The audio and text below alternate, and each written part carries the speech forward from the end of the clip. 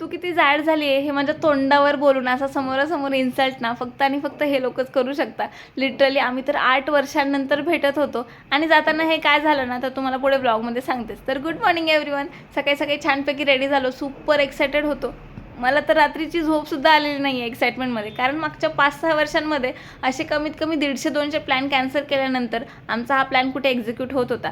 तिकडे जाण्यासाठी 8 वाजता निघालो आणि जाताना हा कॅनल सोडला, समोर आग दिसली खूप मोठी प्रचंड आणि समोरच पेट्रोलचा टँकरसुद्धा जात होता. आणि रिसेंटलीच अशी एक न्यूज ऐकलेली, त्यामुळे प्रचंड घाबरले होते. पुढे जाऊन कळालं की वनवा पेटलेला होता शेजारी, त्यामुळे थोडं रिलॅक्स फील झालं. खूप जास्त भूक लागलेली, त्यामुळे फूड कोर्टला थांबलो आणि नाश्ता केला. नाश्त्याला अजिबातही टेस्ट नव्हती, त्यामुळे फक्त चहावर समाधान मानायला लागलं. तिकडे सगळ्यात अगोदर आम्ही पोहोचलेलो, त्यामुळे सगळ्यांचं वेट करत होतो. पण कुणाच्या जीवाला चैन पडत नव्हतं. Continue messages, photos, video call सुरूच होते, कारण मागच्या 15 दिवसांपासून एवढं प्लॅनिंग केलं आहे तिकडे जाऊन असं करू तसं करू. आता एक्झिक्यूट त्यातलं काय काय करतो आहे हे तुम्हाला पुढच्या ब्लॉगमध्ये बघायला मिळेलच.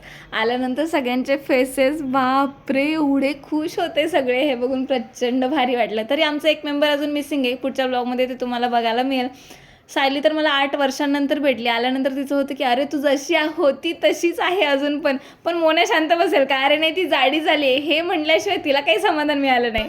Finally we guys are in Lonavala.